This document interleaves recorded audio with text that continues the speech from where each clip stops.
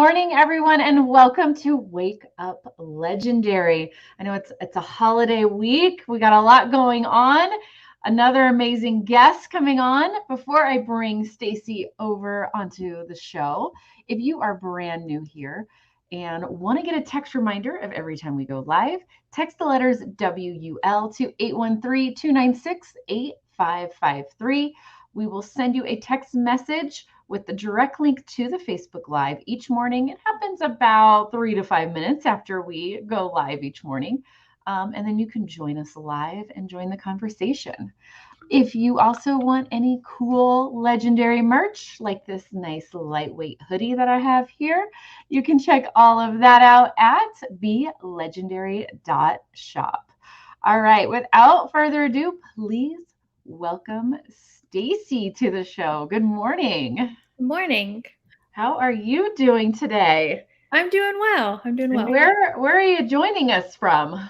So I actually live in a small town called Ringgold, Georgia, which is about 2 miles right outside of Chattanooga, Tennessee.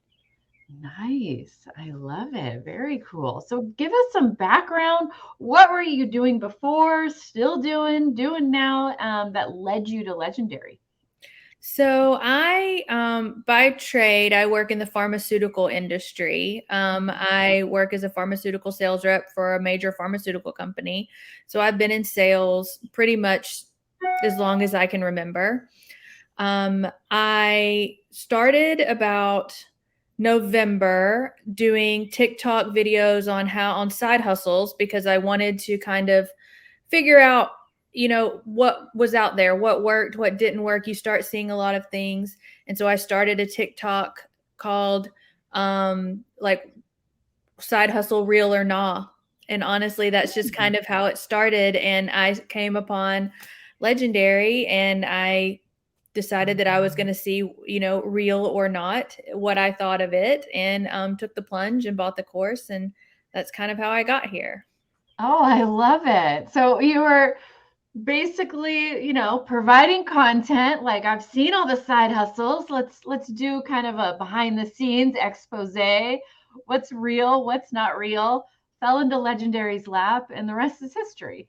Yes, pretty much. That's so cool. And I've checked out your profile. You're implementing a lot of things that we teach here, not just affiliate marketing. You're doing digital products. You have lead magnets, you have paid products, you have affiliate links, the whole 9 yards, which is so awesome to see. I love it. And yeah, I mean, it really gave me the tools to be able to do that, to be able to not just start, with the affiliate marketing, but kind of all the different ways that you can go with it. So do you still have that other channel, or did you change the name to the current one that you have now? So it's essentially the same TikTok. I did it in series. I have the series that I'm doing now is the journey to 100K. So I was trying to see if I could make $100,000 in a year outside of my actual job, doing side hustles. And so I kind of do that. I update it every week, kind of how much money I made each week in all my side hustles. And I just like to provide a real, like, transparent way, because I know that people out there like me are probably like, is it real? Is she, actually making money? Is she not? So, I mean, there are good weeks and bad, but I update it every week, to let them know kind of where I'm at. So what I love about this, and I hope everybody that's listening right now really grasps this, is one, you're being authentic with your audience. Like, this is my journey. Two, you got content for days, for weeks, for the next year, because you're sharing your journey along the way. You're not saying, you're not making big claims. You're not pretending to be someone else. You're sharing the good, the bad, the amazing, the ugly weeks, the highs, the lows, probably the good mindset days, the bad mindset days, right? There's just so much content you can pull just because you're sharing where you're at right now, which is a beautiful thing because you're still ahead of someone else that's looking to you, that wants to be where you're at now. Yeah. And I find that being authentic, being not really like having a niche, but also being your own niche really kind of helps with the content, because if I wake up and I don't, and I'm like, well, what am I going to say today? The truth is like, well, where am I at today? Did I make any money today? Did I do anything to move myself forward? Or is it one of those days where I'm like, I can't do it today, because everybody Right. has those days and those are okay. What I think is also cool, like you shared, you're running a 5K, right? This is one of your recent videos. And there was no selling, but it was showing a moment in your life, a moment of, look, really, look what I can do in the middle of the day with a friend because of my chosen side hustles and because of the path I'm going down. I have that freedom of choice to do this today. And there And that's wasn't the some, part. You yeah, can the freedom to be able to just do whatever you want to do.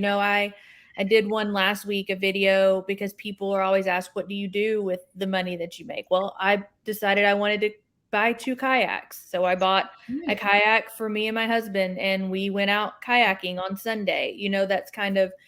That's the beauty of making extra money, is it's not money you're relying on, right now. Like for me, side hustles is anything extra is just what I have extra and what I can do with it. And so that was kind of like my thing, like, hey, you want to learn how to do what I do, great, but here's what also the benefits of it. You can just go out and buy a kayak because you want to. yeah. And I think that's really what most people like. That's the first goal, is to be like, I want to be able to go out to eat with my partner without worrying about it.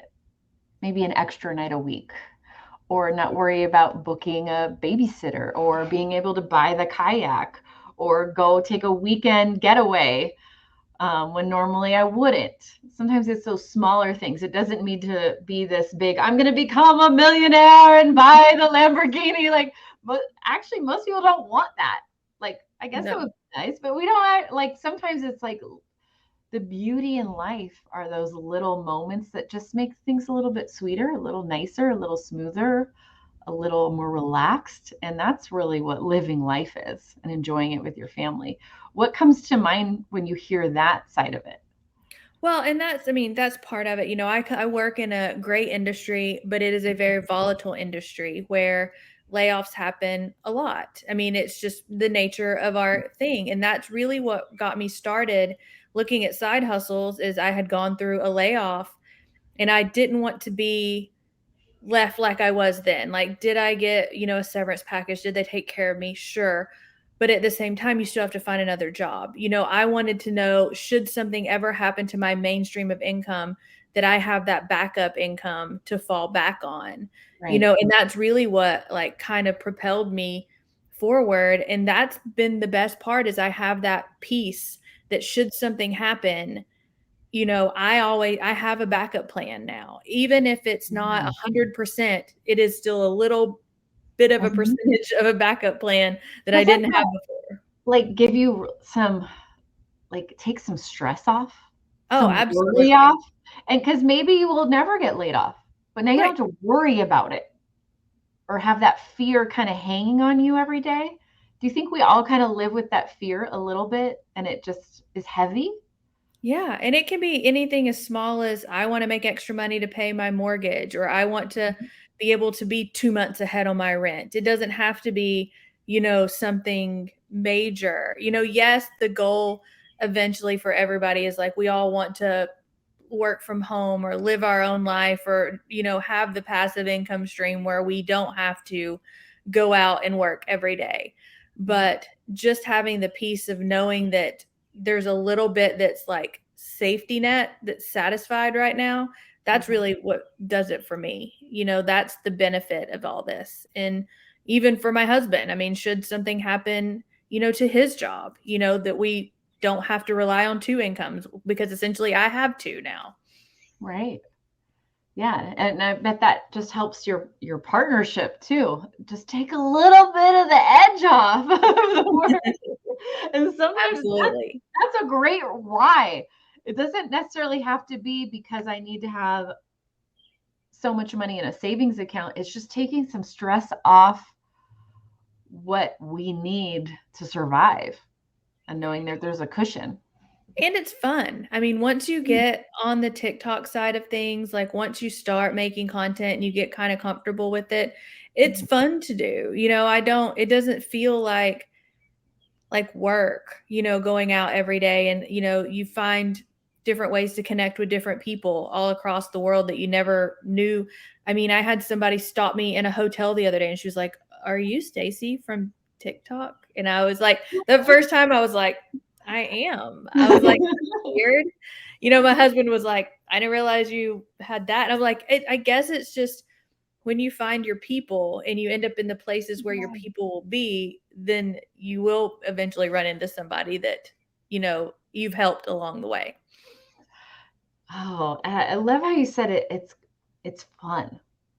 And I know there's some people that really struggle. What niche should I go into? What should my audience be? And there's definitely discussion like, oh, follow your passion, follow this, but it doesn't have to be what you're passionate about, but it has to be something you enjoy.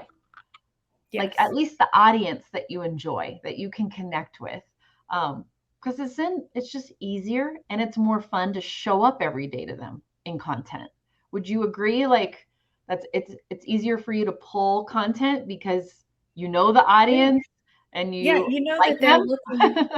I know that they're looking for ways to make money. That's what draws people to my account. One of my biggest TikTok videos that I ever did in the beginning was one that said like passive income, active income, do you want virtual assistant? Do you want digital products? Like, what do you want? Leave me a comment. Let me know like what you're looking for. I've had more to this day, just comments of people saying, I just, what they want. I just want to be able to have extra money. I just want to be able to stay at home with my kids. I just want to be able to do this. And so knowing that like even just a little bit of me sharing my journey is helping them, whether it be through digital marketing or how to create a digital product or how to do affiliate marketing, any of it, that they're able, that's helping somebody, that makes you feel good. I mean, and it's kind of the path that I've been in, and what I do in my real life, what I call my real life. I help people as well, so I find that merging those two is what's really kept me like going through the whole thing. Yeah, it appears to me you do such a fantastic job of providing value and serving your audience. Instead of looking to take from them, you're serving. Here's my journey, here's my advice, this is what I learned this week even. And adding those little pieces of just what does my audience need? How can I help them? How can I help somebody out of a similar situation? And relating to them with how you feel. And that's the place where it just feels good to make content when you go from a place of service. And I think people struggle with getting like they're like, yes, I'm gonna serve people, I'm gonna help people. And then you go look at their brand new TikTok account and it's all salesy. So yeah. did Being you salesy is definitely not my thing. Like even in my actual job, like I've never had to sell. It's more of you figure out what somebody needs and then you provide a solution. And that's solution-based selling, I guess, is the best way to look at it. And that's the best way to be, because as long as you're providing somebody a solution, they're going to keep coming back. Yeah, and if you look at it like I always think if I'm hanging out with friends in real life, sometimes I provide advice, sometimes they provide advice to me. Sometimes I hear about something that I'm super excited about, so I want to share it with them. And and there's a difference of like the person that walks into the party, you're like, oh, they're going to try and sell me on something. And conversations of just relating and recommending is so different than the person that walks into the pool party trying to sell you on something all the time. Donate here, come buy this. Everybody runs from them, you know? Yeah. And just being yourself. I mean, people can go look at my TikToks. Like there's days that I have my hair fixed. There's days that I have on makeup. There's days that I don't. It's whatever happens in the moment so that people understand that I'm a real person. I have dreadlocks and tattoos and I look like half the people out there and half the people I don't, so it's very, I think the way that you come across is you just want to be you in how you do it. And that's the biggest like selling point of everything, is selling you, not the whole service. When you first came online and created like day one, did you struggle with hopping on camera? Did you worry about judgment and not finding your people? A little, just because I worried more about, I was like, oh gosh, because my 30 followers when I came online were 30 Facebook friends. And I thought, oh gosh, there's another one of these. They're going to be like, what is she doing? Why is she on? My sister, my family's on all my Instagrams and stuff. And, my husband's on TikTok, and they're scrolling past, and I'm like, no, you have to like my TikTok so that somebody else sees it, So it was a little nervous at first. But after the first, like, I just made content after content. I made sure, I followed all the rules. I did 3 a day. I posted at 11 and 2 and 9. And honestly, none of that ever mattered. The reality was it was just showing up every day, being myself is what mattered. Because and I say this, when it happened, when I started growing my following, and it went from, oh, I'm at 1,000, I can put a link in my bio, to next thing I know, I'm at 5,000, and then I'm at 10,000, and then I'm at 15,000. And I'm like, it just snowballs, and it still grows every day. I still get comments every day from somebody new. Like, I'm so glad that I found somebody who's honest, because that's the thing. You just don't, there's a lot of people out there that are not. And so it makes it hard for the ones of us that are really out there making money and really doing a service for people, helping them make money. The ones that cloud it are the ones that ruin it for the rest of us always. Yeah. And it's definitely about being honest, but it's also not, there's always a way of showing up that still feels good to watch. People don't want to watch negative drama. Like, they like it in the moment, but long term, they want somebody that just makes them feel good and that they can trust the information without an agenda. Right. And I get a lot of those questions, they're like, why are you doing this?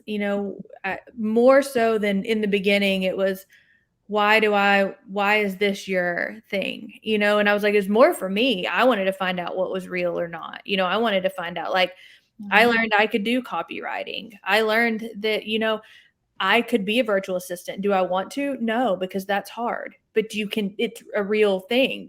I can do it. I learned, this side of it. I learned that, you can make money with affiliate marketing if you do it the right way. And you have, passion about what you're doing. Yeah, totally. I love this. I really love, I'm going to revisit this, the whole journey to 100K, because everyone was like, can you really make that? Is it possible? But I can actually watch someone in real time go through this process, and you're not over exaggerating. You're not trying to make anything up. You're just sharing, this is what I did this week. This is what I earned. And maybe I worked a lot.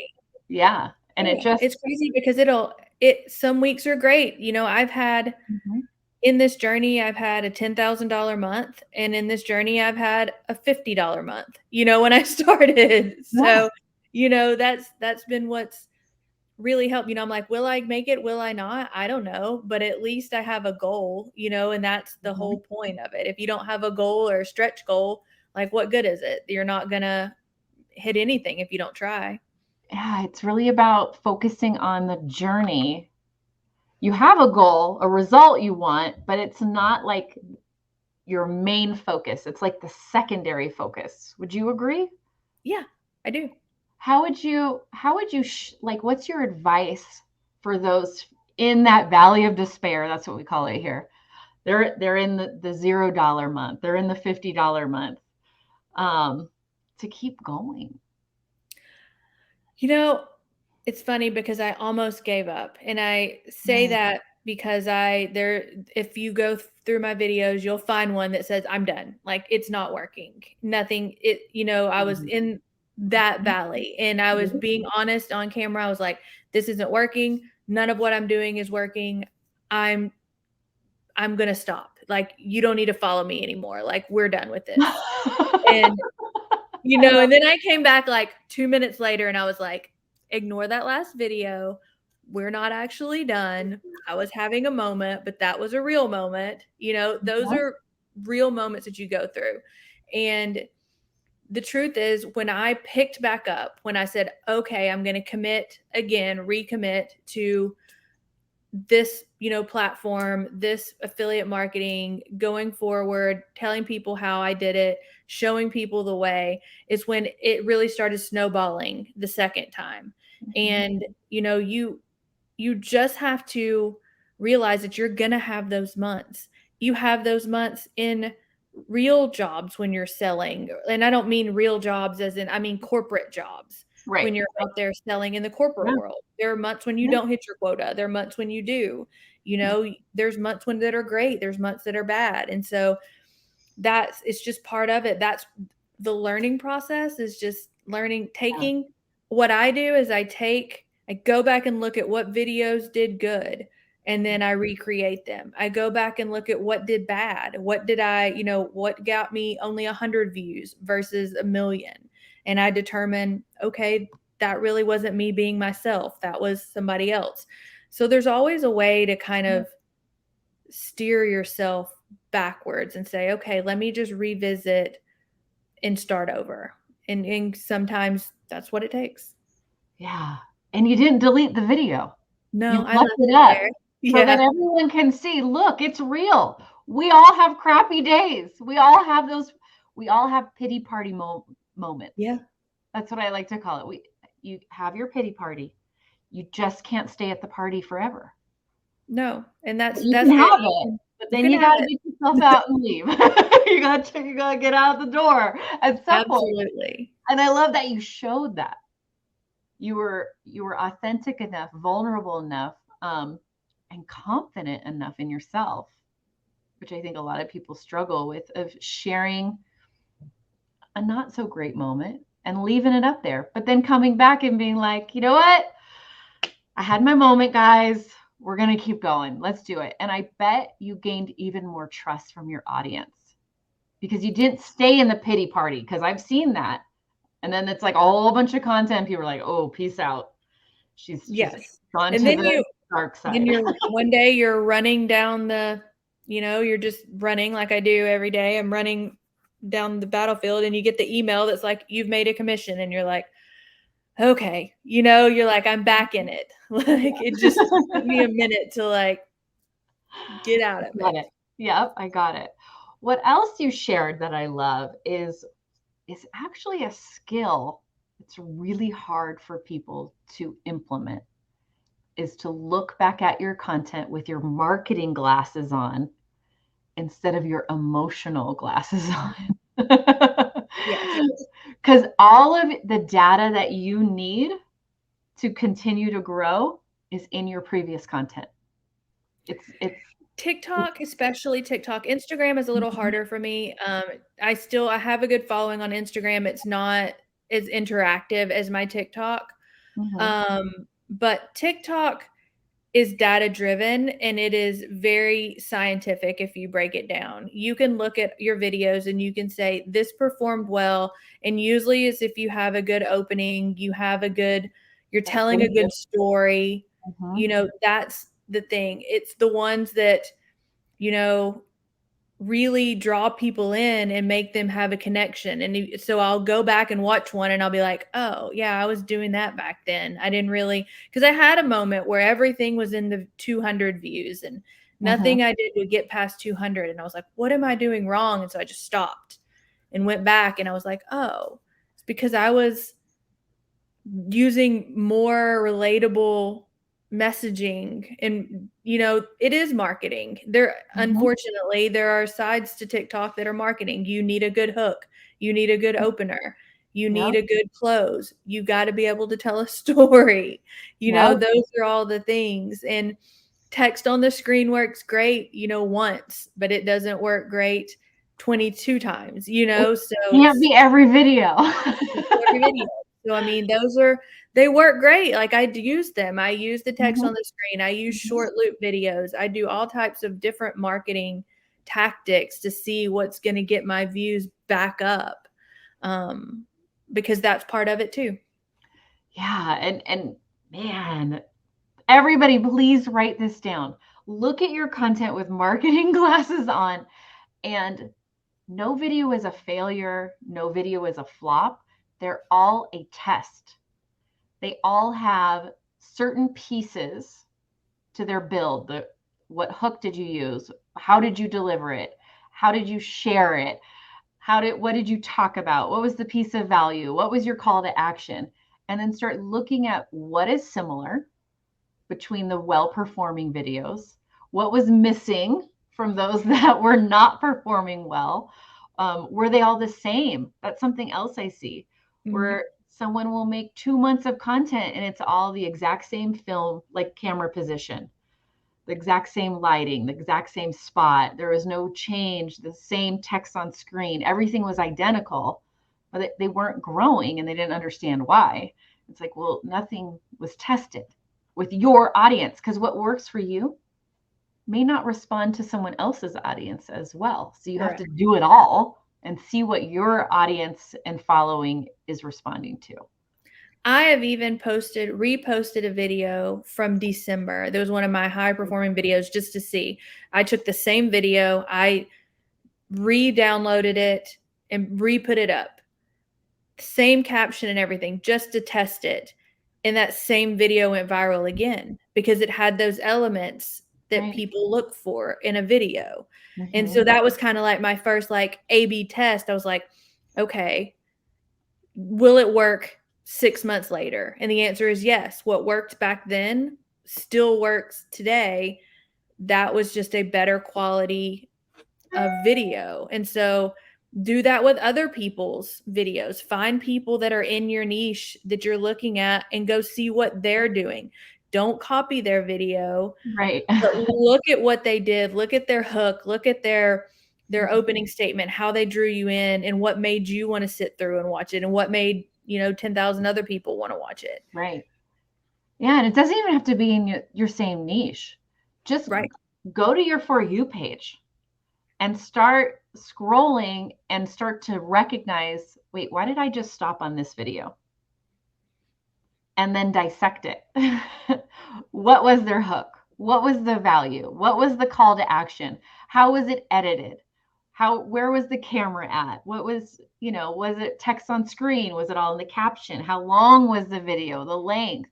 Look at what drew you in, and then take note of that and learn from it as well. I think is also, when we say model, we don't mean copy. And I know some people out there are like, Legendary teaches you to copy videos. We don't teach you to copy videos, but we teach you to educate and always be growing, always be learning, and look at what else is working for other people and other niches, other content creators that maybe have 2 million followers. How are their videos laid out? You're all going to see the same thing. There's a hook, there's value, there's call to action. Sometimes that call to action is placed in different spots because they're testing it. But they vary what all of those are and see what their audience responds to. And that's really what's important to look at and compare it to what else you've already put out and why yours isn't. Oh, crap. I didn't have any hook at all. I was just like, hey, guys, that was the hook. Right. And you want the right audience, because you can get a trending sound, a trending audio, and go viral for one video, but you're not getting the audience that you need. If you get 10,000 followers that like your trending video because they think you're funny in one aspect, and then you're over here trying to sell them something else, or trying to, they don't care. That doesn't do you good. It's better to have, like I said, the 15,000, 16,000 that I have of people that are constantly interacting with me than it is to have 1 million of people that don't even say hello. Right. Because then your engagement percentage goes up which tells TikTok by the numbers, oh, they have high engagement. Let's push it out to another group of people. Let's push it out further and further and further. So how do you, especially in the beginning, how did you make sure your videos were calling out your ideal audience, your target? Well, I knew, like I said, that I wanted to do side hustles. I knew that my goal in mind was I wanted to draw in people that wanted to make money, that wanted to learn how to make money. So that's what I did. I started designing my videos for people, not necessarily to sell them a product at this point, but to say, here's what I want to do. What are your experience with it? And I started getting people commenting. And that's really what happened, was like, oh yeah, I tried X one and it didn't work. I tried this one and it didn't work. Or I tried this one and it did work, And so when I started getting people building that connection, then I started saying like, okay, well now I can gear this next video towards this group of people that we know that this side hustle works. I can gear it towards this one, and that's really, I think my video that really did it was one that when I was talking about one of the marketing tools that people had that really was a scam. Like it really wasn't good. And it really was like hurting people. Like I would have people say, oh, I spent this much money on it, or I spent this much money on it. And I got, I didn't even get anything out of it. And so that was one where I was like, oh, okay, let's try this one. I'm like, I have the extra money. Let me go see, is it real or not? And so because I did it, and I came back and I was like, yeah, guys, don't do that. Don't, that started a more conversation. And that's when I realized that my audience, I was like, these are people that really want a way to make money, not a quick way, not necessarily I don't want to work for it, because I can't help you if you don't want to put in a little bit of work. If that's the dream, you're probably in the wrong spot, guys. We're not here, because I do work hard no matter what I do, so there's a little bit aspect of it. I'm like, passive income can be passive, but you've got to actively get it there before it becomes that passive side. Yeah. I think there's no like set it and forget it for 10 years. There's always upkeep, guys. So that's where, yes, you may get a notification while running. Technically that's passive. You weren't on the phone with that person processing, right? But it's not like. But how many hours of TikTok videos went into that one person that finally decided to pull the trigger? That's the thing. Yeah. And I love if everyone really listened to that. When you were finding your audience, your call to action wasn't, hey, DM me for a link. And we see that it was, let me know in the comments what your experience was. Let me know your thoughts. Who's tried this? The call to action was engagement in the comments as when she was starting out and growing her account. And I already know you mix up your call to actions. There's a whole variety that you give. And that's what we all need to get to. It's stop being like hungry for this sale. I just need people to click my link in bio. I got to get my link up at 1,000 so everyone will click it and buy all the things. Everyone can see that. They can see if that's the main focus, instead of just building a community and serving. And they know that link's there. I mean, if people, you don't have to tell them on every video. They know it's there if they want to. I do feel like I try to, at least with every video, end with along the lines of, I'm here to help. If you need more information on all of the things that I do or how to get started with anything that I do, here is where you need to go. If you just have a general question that you want to ask me, type it in the comments, or my email's there. I get a lot of emails from people and I actively respond. There's not a comment that goes by that I still don't respond to on anything that I get. When I get a comment, I respond, no matter if it's a short yes, no, sometimes I don't have time to go do all of them, but I always respond eventually to my comments, because that drives your engagement up. And that keeps, when people see that you are a real person that actually will talk to them, then you're more trustworthy and more relatable in Well, that. and you're also showing TikTok that you're not a bot. Right. Right? That you're a real account, that you are truly building a following on their platform. So they're more likely to push out your content because you're building trust. I've talked about this before. We got to build trust not just with our audience, but with the platform that we're showing up on as well. Yes. And the same thing goes with Instagram. Instagram is a whole other realm of synergy. You have to do stories. You have to go engage on other people's content. You have to do carousel posts and some static posts to grid. There's a whole variety of things that need to happen on Instagram for them to learn, okay, not a bot. We can trust this person. Let's push their content out more. We can suggest it to other users. We can trust them to keep that user safe on our platform.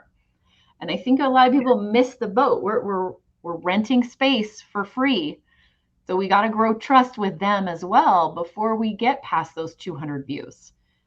And that's the thing, like you want it to be authentic in a sense, like when you are watching, if you're a woman and you're watching a makeup video and you're like, oh, she actually used this makeup, it looks good on her, not somebody that's you've seen over and over again lie about different makeups you want the one that's like, oh, this does work, this actually did work for me, not the perfect one that's always, saying everything works. You have to be very careful because if everything works too well, then people are going to be like, or the people that are 1 week, this mascara was the best mascara ever.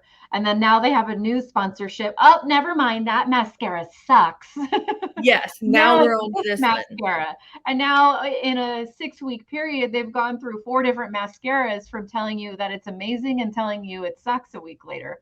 And so now you don't have trust. You can't believe them. They're hopping around mascara to mascara to mascara. And now you wondering why you're not getting as much engagement. Why? And trust me, I get inbound DMs all the time from people saying, will you promote this product? Will you now, once you get a certain amount of followers, like on the affiliate side, will you promote this? Will you promote that? Will you do this? And I'm like, I'm like, if I don't believe in your product, no, I'm not. So anything you see on my channel, like is actually something that I use, whether it be on my face, to mop my floors, to do my exercise, like anything that's on mine is something that I actively use, or otherwise I wouldn't be, because what good am I doing trying to be authentic the whole way? And then I get bought out by Estee Lauder, CoverGirl, or somebody that's right. And I'm like, and then the next day, next day it's, sent you a bigger check. And so suddenly you're like, screw you, Estee Lauder. It's like, yeah, I'm like, no, I don't. It really just hurts your own brand. Because that's, if you are creating a channel that is your face and your name, you're building a personal brand online. It doesn't matter. You can try and say that you're not. You are building a personal brand. So what is the mission of your personal brand? What do you stand by? What are your values? What are the ethics of your personal brand? And some people may need to write those down and then refer to them when making the next decisions for their business. I feel like you are really solid in, this is my brand. This is how I'm going to run it. This is how I make decisions moving forward. And those starting out may not have that dialed in yet. And I invite people to kind of think about that a little bit. Yeah, you definitely have to have a brand that you're proud of and a brand that you're not afraid, because eventually your world here will filter out there. I mean, I've walked into doctors' offices and doctors have been like, saw your TikTok. And I'm like, oh, good, glad, thanks. Yeah. So I mean, you never know like where you're influencing or who you're influencing, when you're out there talking, who's looking at what you're saying. Mm-hmm. So you definitely want to build a brand for yourself, and not one that you're proud of and one that you can stand behind. If you are faced with it in your real life, they came up to you tomorrow, one that you're proud of. Totally. Yeah. And you're proud to say, yes, I'm a digital marketer, or yes, I'm building this brand online. Yeah. know, And that's, I mean, and I just being confident with it instead of like, oh, I'm going to be a try.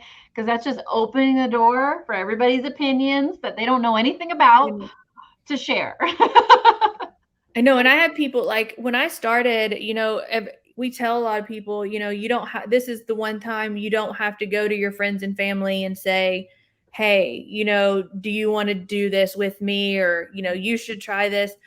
But honestly, once people start seeing it and then they start asking like questions, then they're like, oh, but I have a few friends that have signed up, and now are making their own money because they saw that it actually worked in my real life. And that is not even through TikTok. That's through my actual, like, where did you get the money to buy a kayak? Or where did you get the money to go, do this? Or, just everyday things. And so I've had, some people that have really started doing well on their own, who are like, I wish I'd have known sooner. And I'm like, You I have to put a know. little sticker on the side hustle kayak. Yeah. Like, with your domain. that's what I'm gonna do. TikTok. I'm like, that's how I go. They'll be like, where? Yeah. I'm like, if you want to know how to get your own, just follow along. I love that. And it's so real. It's so relatable. It's not the Lamborghini. It's, I want my own kayak. I want to go kayak. I want to be able to throw it in the lake or, whenever I want. And that's the thing. I lived 5 minutes from the river and I was like, I've never, I've always see people doing it. And I always thought it would be so fun. And I was like, but I never could see spending the extra money, to me. I'm like, that was money that needed to be going to bills or something else. I was like, so this was the first time that I was like, oh, I'm just going to go pull the trigger. And you could feel good about it. Yeah. And I don't feel bad. Like you don't get the buyer's remorse. Like, oh gosh, I shouldn't have spent that money. Right. I should have paid that electric bill instead, But some people really deal with that. And wouldn't it be nice to not have that worry? Yeah. A little I mean, bit. that's the benefit of this is that when you, whether it's, $5 or $500, any extra money you make can help you. And I highly suggest just figuring out, like, for me, it was setting a small goal. What do you need to make? What is my goal to make in my side hustle every month? Like initially it was, I wanted to pay my mortgage payment. I wanted to make exactly what my mortgage payment was. So that was what my goal was every month. How was I going to do it? Was it going to be, how many videos was it going to take? How many digital products? What was it going to take to get there? And then it was, okay, then I have this goal and then I have this goal. So you can tailor it and it can change throughout the course of your, trajectory. So, but pick something, whether it be, I just want 2 people, to experience what I'm experiencing, or I want 10 people to understand what it's like to not have to work. It's hard, to be able to do this, that's however you want to see it is the best way to do it. Yeah. I love that. I know one of our, so one of the students in our community, and she spoke at not this last mastermind, but the mastermind before, Sarah Thompson, she got into the challenge because she just wanted extra money when they went on family vacations instead of feeling like, okay, we can't go out to eat every night on vacation. I want to be able to enjoy like all the little things while on vacation. And that's why she started her side hustle. That was the why. And that's a good enough why. If it gets you motivated in doing something. Yeah, it doesn't have to be huge. It can just be anything. And I think just having any source of motivation is always a good one. So I want to leave you with the last word. What is your advice for anyone thinking about the challenge or in it and like feeling overwhelmed, debating, can't figure out their niche? What am I going to promote in that state? One step at a time. I think that is it can get, when you're in the challenge, when you're going through and you're meeting with a mentor, when you're deciding, what you're going to do, you've got all of these questions, you're trying to figure out how to build a funnel and how to get an email list and how to do all of these things. And it can seem very daunting for somebody that may not be that may not be your thing.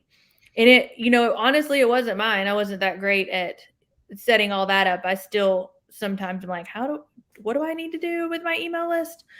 But I think the biggest thing is just one step at a time, and know that it may not happen overnight.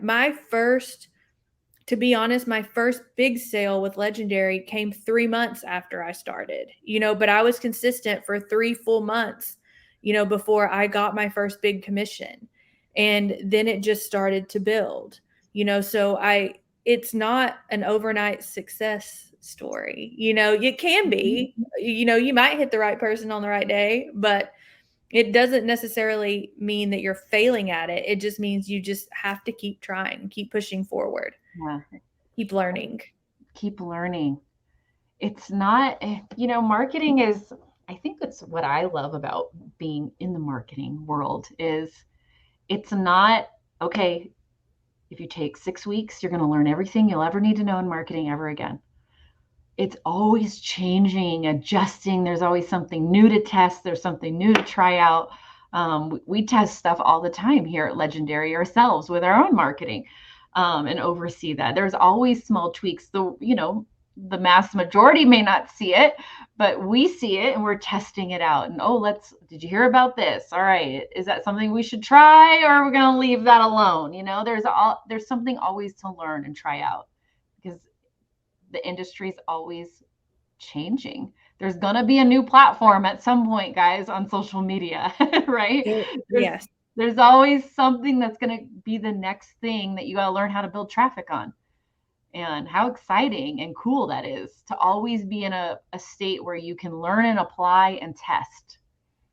Yep. And that's the best part about it. Like TikTok is ever changing too. The same content you made a year ago is not what is popular. A year ago they wanted 30-second videos. Right now they want more than 3 minutes, so everything you do, like the 30-second videos are great, but your 3 minutes to 10 minutes are what are getting pushed out more right now. So you've got to find out how to say more and how to draw people in. So just keep learning, keep trying, and don't give up. I think that's the thing. Because if I had given up on the day that I was about to, I wouldn't be here today.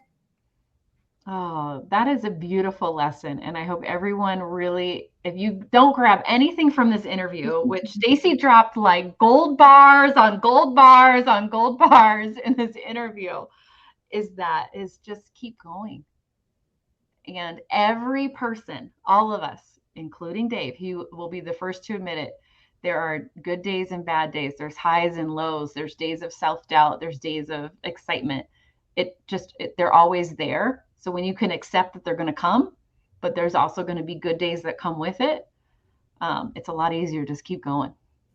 Yeah, absolutely. Yeah. Well, thank you so much, Stacey, for coming on the show today. Thanks, I really appreciate it. And you definitely need to come back, because I want updates on the journey. I love this whole piece of content. I want updates on the journey, and then we need to have you back for sure. Yes, absolutely. Okay, awesome. All right, everyone, please follow Stacey on TikTok at _Stacey Maria _, and it's Stacey with an EY. So _Stacey Maria _. As always, have a fantastic day and stay legendary. Peace.